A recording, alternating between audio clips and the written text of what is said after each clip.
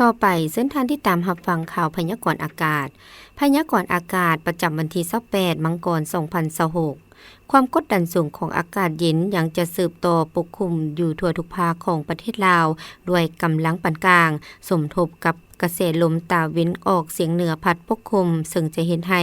อากาศยังเย็นหาหนาวเย็นในตอนกลางคืนหาตอนเช้าอยู่ในแต่ละภาคพร้อมมีหมอกบางปกคลุมอยู่ทั่วไปและมีหมอกหนาปกคลุมในตอนเช้าอยู่บางท้องถิ่นแขวงภาคเหนือใสสมบูรณ์และเขตภูเพียงบริเวณพร้อมจะมีลมพัดแรงอยู่บางท้องถิ่นแขวงภาคกลางและภาคใต้เติมอีกพยากรณ์อากาศแต่เวลา 7 โมงของวันที่28มังกรหาเวลา 7 โมงของวันที่29มังกร2026ภาคเหนือดันตะวันออกพงสลีหัวพันและเสียงขวงอากาศหนาวเย็นพร้อมมีหมอกหนาปกคลุมในตอนเช้าและจะมีลมพัดแรงเป็นบางโอกาสอุณหภูมิในระหว่าง9หา26องศา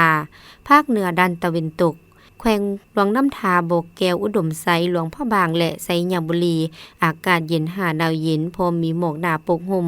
อยู่บางท้องถิ่นในตอนเช้าและจะมีลมพัดแรงเป็นบางโอกาสอุณหภูมิในระหว่าง11หา32องศา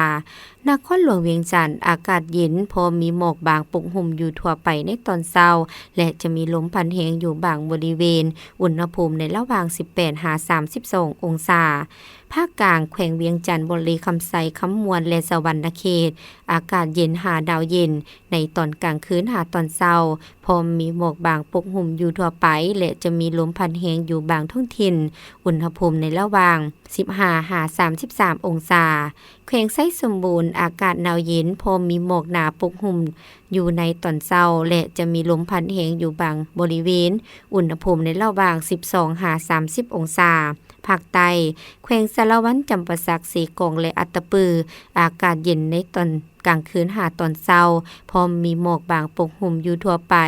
และจะมีลมพัดแรงอยู่บางท้องถิ่นอุณหภูมิในระหว่าง16หา32องศา